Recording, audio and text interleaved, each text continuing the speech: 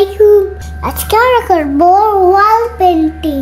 মা আমাকে এখানে একটা টেপ দিয়ে দিয়েছে, এখন আমি রোলার দিয়ে এখানে কালার করব।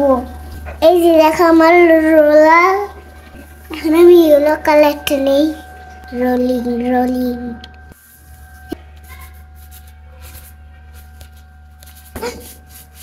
বাবা এসেছে,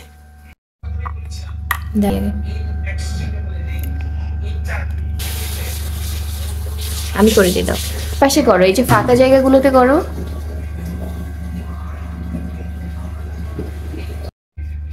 উপরে যেও না জানো, আমার কালার করে শেষ। খুলে ফেলবো। এখন আমি এই মাস্কিং টেপ গুলো খুলে ফেলবো।